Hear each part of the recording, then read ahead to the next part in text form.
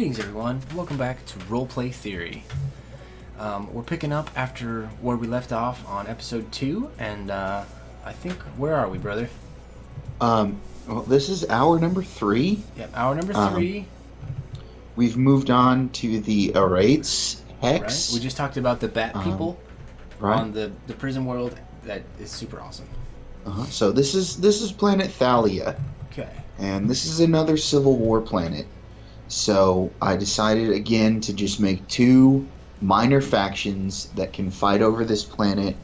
And if any of the regional hegemongs around or other factions around want to get involved, they can. One of the first missions I'm offering up to my PCs will tip the scales on the Civil War a little bit. I decided on this Civil War to make it humans versus some alien species, and so I looked in at the alien races, and I decided that I like the Sandus because they have honor and tradition as their tags. They have their distinguishing features based on the random number generator are a toothed beak, and they fly by means of lighter than air gas. So that really freed me up in my mind to make them, they're avian, but not necessarily Bird-like. not really birds exactly. So I found this cool picture of, it's like a jackal man, like a were-jackal with huge owl wings, and I'm like, yeah, I can work with. I can believe that these jackals have, they walk on 2 legs and have, sort of a humanish torso and arms and claws, and then these huge owl wings and sort of a jackal-like head with this toothed beak on the front, and I'm interested to see what happens in the Sandu Thalia War. We'll get into their faction in a minute, and the Thalia faction that they're up against. I think that's all I have on this planet. We decided to make it sort of no, it's temperate, so that wasn't the planet we made. I don't know. It's sort of flatland America, the flyover states, if you will. Oklahoma, Texas, temperate flatland. I think they're what are they called? Aries. Oh, Aries and Irie. I call them like Iries. Irie. They're like an Irie. Iries. And I only say that because when I played Warlord's Battlecry, the Dragon's Nest, where the harpies would live and things like that, was called an Eyrie. I think Google Drive's amazing. I have the photo that you sent me off of that. I sent it from my phone to the computer so the players can. Good. So yeah, this is what what we think they look like. Right. Except they have a beak. Except they have a beak instead of more of a jackalish nose, but I like the ears. So it's almost like it's a jackal bird owl werewolf thing. It's amazing. Yeah. So I'm excited for their war. If the players decide, basically one of their first missions is to get food to bring to the Thalian, the human adversaries on this planet. If they bring that food, I'm going to give them a bonus during the first action turn where they're going to be trying to destroy the local natives on this planet. Indigenous population. I hope, my secret hope as the Space Master of Space is that the Sandus will win and become a major faction and go and start wars against other factions, and the PCs will make friends with them instead of the humans on Thalia. But we'll see. Because they're interesting and right. You know, The we faction turn is all based on a roll of a dice. I can't control the outcome of their war. right, My PCs can tip the scales a little bit, but I can't control what they do. right. So let's go over to Ain't Zane. Ain't Um, Zane. Give me just a sec. Close this is this. my Cold War outpost world. We already talked about it a little bit. It belongs to the Adoni Neogen Alliance. Um, there's this is tagged as a Cold War, but it's an outpost. So there's probably, you know, 50 to 500 people on this outpost, Right. and there somebody is pissed, and somebody else knows that they're pissed. I think like maybe the security officers are mistreating the workers, and everything is about to come to a explosion, and there's going to be a Right. big fight here. um, if my PCs come and make peace, great. If my PCs come and pick a side, great. If the war breaks out while my PCs are there, awesome. Right. It could But all I be don't. if your PCs say forget this planet, we're going somewhere else. Right. Great. I left this outpost in its Cold War status so that I can just leave it at a Cold War. I can leave it simmering until my PCs get there and add a little spark to that fire. Um, so yeah, Actoris, and the planet is Lycerides is next. Um, this planet was one that I didn't know what the heck to do with it, and Stendar came through with an answer for me. We were talking about this sealed menace. We're Ah, talking about yes. this. Um, I think this planet. I've had two planets now with the misandry, misogyny tags. Um, the Pelasgon Pippinger band definitely has misandry, where they favor women. I want to make Lycerides the other one, where they have misogyny and favor men. Um, I think many of the men born on this planet have psychic powers, and they're not probably not powerful psychics, but they have just a touch of that psychic energy. And the sealed menace on this planet, and this is all Stendar's baby, came up with all of this for me. It's it's a remnant of the scream that went out and killed every psychic. Somehow some part of that energy is sealed up inside this planet, and these monks, like, we decided it takes 1 million, Four. 4 million. 4 million. There's a massive There's four stone. million monks, There's a but massive stone ziggurat on the planet with a massive tunneled hole that was set up, and it's basically like a cavern that leads straight down. That all the monks come, and the because we went to religions, right? And we picked quietest Buddhists. yeah, We had to look that's up right. what quietest meant. Thank you, Google. And they're just very, very silent, quiet folk. And they sit, and every day, nonstop, 24/7, there is at least 4 million, 1 million on each side of the ziggurat monks meditating in quiet concentration to keep the scream at bay at the Did you center say of the planet. you cut out for a second? Did you say 1 million or 4 million? 1 million on each side Yeah, of the ziggurat. I see. I thought we decided it took 1 million, but they did it in shifts because you Oh, did can't. we? Right, right, right. So Because there's 4 million monks on the planet that 1 million at a time in shifts do it all, yeah, through other thing. come Right, right, on right, and right, right. off, and then the Yes. other 5 or 6 or 10 million people that live here, they are all, they work the rice fields and do whatever else it takes to keep this planet running. So the main purpose of this planet is that the monks keep this psychic menace at bay, And and don't. then they make money by exporting their rice. Yeah, they're rice goods, which Uh, travels easy and right. lasts a long time, so it's a good space So food.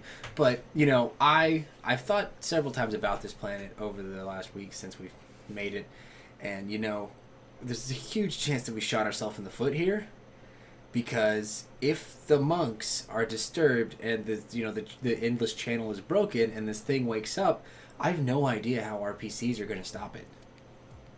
Because the first thing it's going to do is consume and kill all the monks with any psychic ability on the planet, because that's what the Scream does. So I'm not sure how that'll go down. I'm sure we can think of something, but I have no idea. Like I described it as, it's like a massive dark lightning storm in space. It's just this cloud of psychic, other trans-dimensional energy. So I have no idea what's going to go down, but man, it sounded cool when we built it. We decided to go look at the alien races and see if there was one that we could sort of transform into this psychic energy, and we found the T. Oh, that's right. The domination and is it sage acity, sagacity, sage acity, sage city. Yeah, Sage City. Saga City. Anyway, their distinguishing features were a gas sac body and 16 tentacles, and I thought that was cool to be like a cloud of some kind of dark gas, and then the lightning bolt psychic tentacles that come out of it. And I don't know if there's one or three or 100 or a billion, or I don't know yet, or but none. And it's all an illusion. You know what I mean? It's crazy, but it's a huge, massive, potentially world-ending power. Yeah. That would take more than just our 5 players to defeat on their own, which is an interesting kind of thing. It's something. It's nice to put something up against your players that will just kill them. You have to run away, because if you stay, this will just kill you. You're not gods. You have to go and ask the fleet for help. Maybe you have to get Striker Multistellar to come help you and do it. Like if you fight this, it'll just kill you. And that's interesting. It gives your players something to work at. They're not just the biggest badasses in town. They're not just murder hobos that can do whatever they want. Right. Yeah. Astrid is the last hex that we haven't covered yet on the sector grid. Right. Planetary sector map and Astrid. And it is Autoli. This is my... Yeah. Autoli? I don't know. Autoli. This is our major space yard, and they have primitive aliens. So this was another one where we went and popped open the alien races sector sheet. And I really like the Dahog. And their tags are that they have stench glands, and they expand or inflate when threatened, but they're human-like. Yeah. So there's some kind of puffy, stinky human that, for some reason, work on this major space yard. So this is where I came up with the Meteor Clan, which is one of the randomly generated corporations. Their tag is transport. So yeah, we took the Meteor Clan, and they have these Dahog primitive aliens that they're using as some type of, slave labor almost. It probably isn't exactly slave labor, but that's probably what it looks like from the outside. So they're one of the... this is another one of the regional hegemongs. I'm pretty sure the Meteor Clan... Maybe not. Maybe let me look real quick. The Meteor Clan... no, they're just a major corporation. So, yeah, they're not a regional hegemon. But they do have quite a bit of power. So, I don't know... I won't find out until I find out. I don't know if my group will ever come here and meet the Dahogs or not. We'll just have to see. I don't think I decided even what type of people run the Meteor Clan. Let me look real quick at my other list. What was the name of that planet? It's not Astrid. Autoli. Yeah, I haven't decided yet. This might be my sort of Middle Eastern, colonists that I don't have yet. Right. Um, I don't know. Um, so let's just look real quick. Bring up the alien races again, if you Yep. don't have it up. Um, we talked about the Bell. They're the giant sea monsters on the ocean planet. Excuse me. We talked about the bless you. We talked about the Dehe, Yep, which are our um, bat people.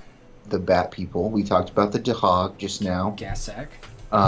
We have the Khan, which are a furry, two-eyed, six-legged reptile burrowing monster on this jungle planet in Kartik, Ah. the planet Arieto, where the Pelasgons have all their labs where they convert Yes, the gas they're the into hostile. Achilles Hector. So if my PCs ever get to transport some Achilles Hector for them, They could run into and they the have to go to aliens, the labs and pick it up, they might have to fight some Khan which could be to fun. get back to their ship or something. I don't know. I'm Yeah, excited about that. Small interaction. We'll see. Could be Um, interesting. we did the Leb. They wound up being the ooze monsters on that frozen world with the Area 51 planet. Amaviska. Um, the Lodage.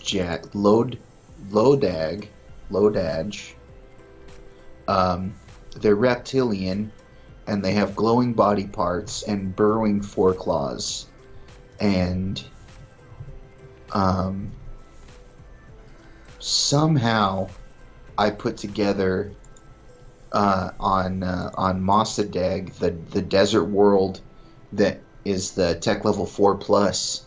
It has this freak geology, and I decided that these lizards that are glowing are tiny, tiny, tiny, almost microscopic, and because that was what the Mossadegh tag was for their local life, was that it was microscopic life. Right. So these super teeny tiny little lizards run around in packs, and they make these geometric lines in the sand, and they chew the rocks and make these geometric patterns into the rocks. And when they're like piranhas. When they eat a human being, they eat them in like honeycomb clusters, or just triangles, or whatever geometric pattern. That's their thing is. So Would we call them a swarm? I feel like they'd be a swarm, not a definitely pack. definitely a swarm. Okay, cool. They're monarchic and tribal, which I think also lends itself to sort of a swarm, hive mind. They have no, that's the Leb. We're looking at the Lojing. An oligarchy, which means they're run by the rich and wealthy. So I don't know. I don't know how I'm going to make that all work out. That's if we just. Here's the thing: by making them into a swarm and kind of this feral creature, we kind of kill the oligarchy. We kill tradition and honor. Those things don't matter anymore. They're just an alien race that's not human and not anything else we can think of on Earth. Are you still there? You cut out. Okay, we're good. You good? Okay, good. Then we have the Omlang, which are the silk spinning alien slug monsters with powerful pheromones, which live on the vacuum, the space station. Yeah, they live on the planet that the space station is orbiting and settled. Do they not? No. They live on the space station. Yeah, but they had to get them from somewhere. I'm imagining they came from imported them from out of sector, as far as I know. Oh, okay. Never mind. No, they were totally imported from somewhere else. Okay, cool. And they're these big insectile slugs that, for some reason, spin this silk, like a silkworm. Right, and it's the silk. So yeah, it's the only source of silk in the sector. So these people in Badria, they gather the silk and export it all. And the Omlang have powerful pheromones that, if you scare them, they release this pheromone that is very, acidic. It's irritating. And it, like a skunk. You would not it's not a skunk stink, but it's not a kind of smell that you would ever just choose to sit in. Right. If It would offend you, and you would try to get out right. of it and rub it off your face. So what I'm thinking is that over the course of a normal human life, that being exposed to their pheromones has no real effect. It's just stinky.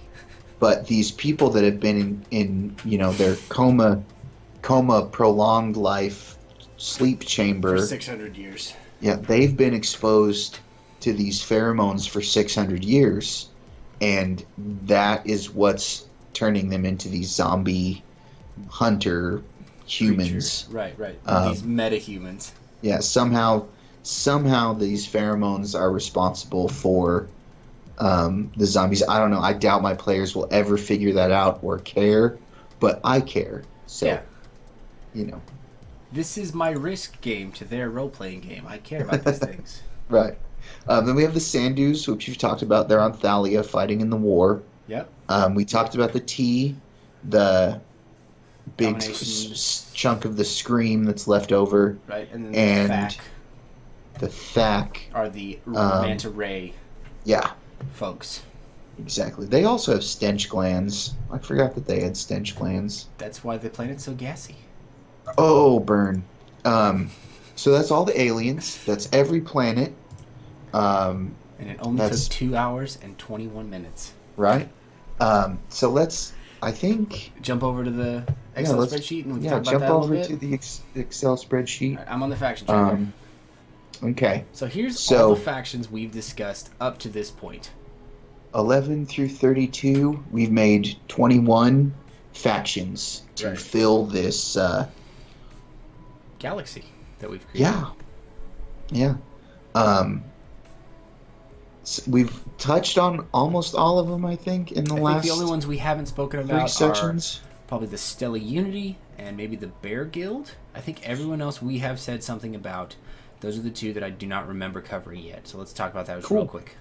Yeah. The Bear Guild is they run the Gold Rush planet. We decided to make them German just because we have some European Union influence, but we didn't have German yet, so we thought they would be a powerful space peoples. So this Bear Guild is sort of German. We'll go into how we decided all this force cunning wealth stuff in a second. in a second, but Stella Unity? Stella Unity. They're on Dynamine. This is Dynamine. Let me make sure before I say it wrong. Dynamine.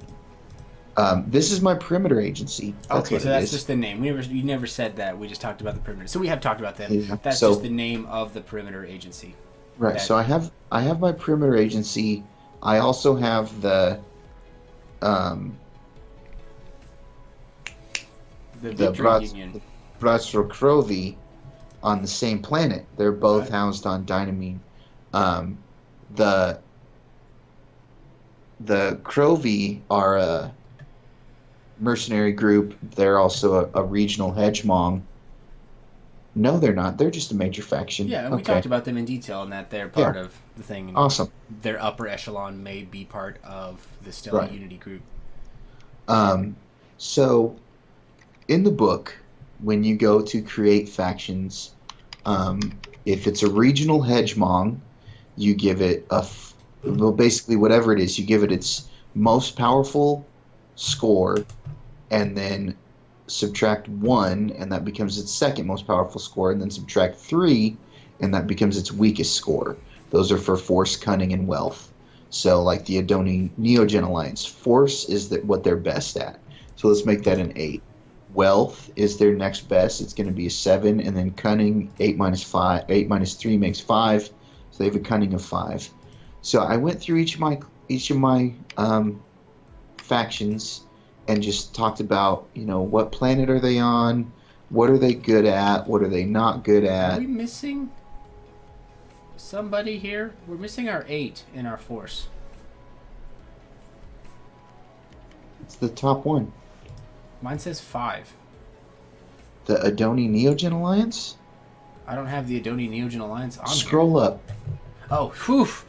Whew, I was real nervous there for a second. It's I was okay. like, where did it all go? Oh my goodness. It's okay. It's It's okay. all still there. Sorry, everybody. I had a moment where because I accidentally earlier I hit Control Z and totally messed up everything. So I fixed it. I was so nervous. Don't tell me those things. I'm sorry. Okay, everything's okay. Back to the show. Here we go. Yeah. So, like, I don't have a good way to organize it by, just showing all the regional hegemongs together. Well, let's not do that. Let's just talk about how it works, because they'll get the picture of what's what. Basically, right. If you have an 8, you're a regional hegemon. So, right. If your highest score is a 6, you're a major faction. And if your highest score is a 4, you're a minor faction. Exactly. And that's pretty much the long and short of it, which makes picking the factions and assigning their stats very easy. It's very easy to plug those in. Actually, if you organize it by hit points, Z to A, you can put all the you can organize them by regional hegemon, major faction, minor faction. Yeah, you did it for me. Cool. But even so if it's all the HP is just set. If they're a regional hegemon, they have 49. If they're a major faction, they have 29. If they're a minor faction, they have 15. It's all just set. And all of these, basically, my players are going to play, and then Alex and I are going to get on here, and we're going to talk about what the players did during their turn, and then we're going to do a turn for the factions. Right. So this is sort of turn 0. So describe to me a little bit how that's going to look. So okay. For the viewers. The first step on any faction turn is all the factions make money. So I figured out their incomes already and put them right here. All right, so here's how income works. You take their wealth score. So we can just figure out the first one here. The Adoni Neogen Alliance, their wealth is 7. Okay. So you take their wealth score, cut it in half, and round up. So 5? 7 cut in half is 3.5. 4. Rounds up to 4. Math. Then you take the 5 and the 8, their 2 non-wealth scores. Right. You add them together. Okay. Which makes 13. Right. And then take a quarter of that. So divide it. So by 5. Multiply by 0.25. Right. And you get 3. Okay. So now you have 6. On that one, you round down. So now you have 7 again. So you're up. So their income is 7. Bam, easy. So on the first turn, they're going to make 7 fat creds. I've written down everybody's income scores.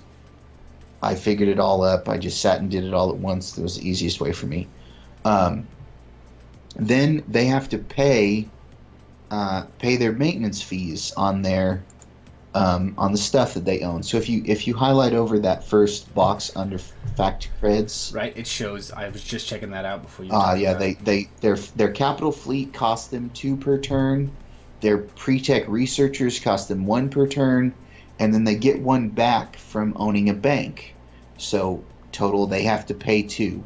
So their income will be 7, and then they have to pay their 2, so they'll have and 5. It goes down to 5.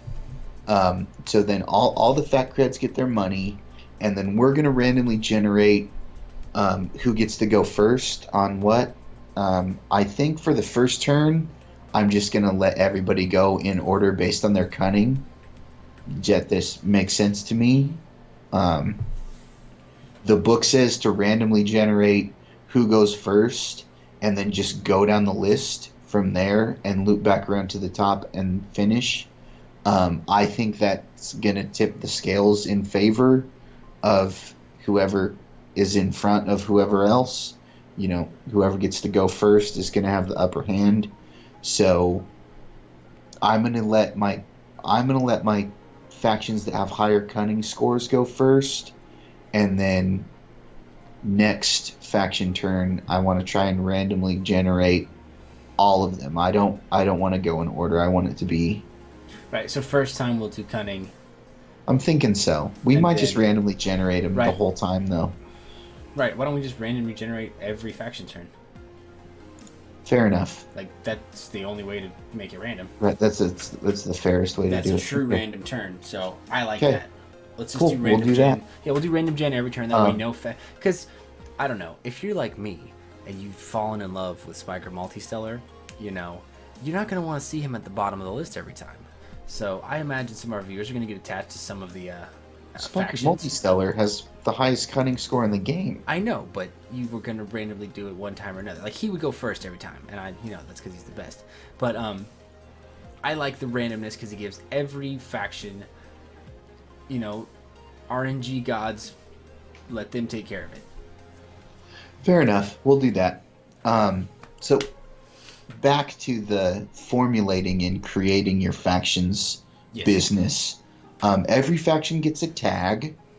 Some factions have a tag and also planetary government. Are you there? Are we on tags? Okay, Or asset cool. tracker. Where are we going? I was still looking at the faction tracker. That's where I am. Yeah. We're Okay. good. Yeah, I was You're just good. talking about the tags. So I have them. Oh yeah, you have the same thing that I have. So the exchange consulate is the tag for the exchange consulate.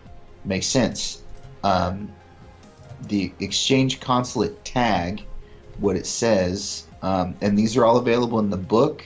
If you go steal this spreadsheet from Adam Coble, there's a nice little tag over there on the right. All right. And the exchange consulate says, when this faction successfully completes the Peaceable Kingdom goal, they roll 1d6. On a 4+, they get a bonus experience point. Once per turn, the faction may roll an extra d10 when defending against a wealth attack. So I think that's super awesome. I tried to give another faction the exchange consulate tag before I realized that no, there's really only one exchange consulate. Don't cheat. Right. So there's one exchange consulate, and their goal is, of course, Peaceable Kingdom. They're going to have Peaceable Kingdom until someone goes and tries and picks a fight with them, and I'm happy with that. Every one of these tags. You want to just show the tag page for a second? I did just a second ago. Oh, Yeah. Let's okay. talk about it real quick. I don't know. You want to go through every one of them? Let's go through. I don't think we need to go through all of them because we're gonna go through all of them when we have our first faction turn. Right. Okay. Cool. That'll be okay. We'll go through that as we need them, but there is a tags section in this, and when you guys download this and grab this Excel spreadsheet, it's right here, ready for you. Right. So there's 20 tags. Look at your faction. What do you want them to be good at? What do you want them as a faction to care about? And try and figure out a tag that goes with that. Then you go and pick a goal. Some of them I had to pick the goal first before I could figure out what their faction tag was going to be. But yeah, if you go and look at the goals, there's only 11 goals, thankfully. And these are how your factions earn experience points. And as you earn experience points, you get to spend them to make your faction stronger. So, the higher, it takes a lot more experience points to raise wealth level 3, wealth level 8 up to wealth level 9 than it does to go from level 3 to level 8, or level 3 to level 4. Whew. But yeah, I'm pretty happy with what we wound up with on all of these. Right. No one's ridiculously overpowered, I feel. There are several definite powers in the galaxy, but that's what you want. Oh, yeah. There are several definite players that are controlling a lot of things, that have hands in a lot of pots. Yeah. And that's good. I like it that I way. think that's good. That's what I wanted, yeah. Right. And maybe some of these little fish can come up to the top. Right. We'll see. if we go over and look at the asset tracker, and this is way too much for us to talk about in, even an hour. Right. This the 6 hours that we spent, the majority of it was probably It doing was this. right here. Um, And 'Cause as we, like I said before, as we play the game, as we go through it, we're going to talk about all of these things. right, We're gonna have moments where we flip over the asset track and say, "What's that thing? Let's read that description. What do we have for this? What's on this turn?" And you'll get to see all of these. right. So, But basically, give us an example of one. Let's do the Neo. let me just say how it works first. Oh, okay. When you make a regional hegemon, they get 8 assets plus whatever base of influence they may or may not have. That's the way I understood what it said in the book anyway. Which is what So, it said in the book. The Adoni Neogen Alliance, they're a regional hegemon. They have 3 bases of influence. There are 3 planets Right. that they're sort of the only major power there. So they get a base of influence on that planet for free. Then they have a bank. That bank is a wealth asset, so that's one of the 4 off. Let's talk about the 4 off ones. They have the bank, the pre-tech researchers, the transit web, and I think the pre-tech logistics. Those are all either wealth or cunning assets that they can have access to. The pre-tech infantry, the planetary defenses, and the capital fleet. 1, 2, 3, 4, 5, 6. They only have 6 assets. Are they regional hegemon?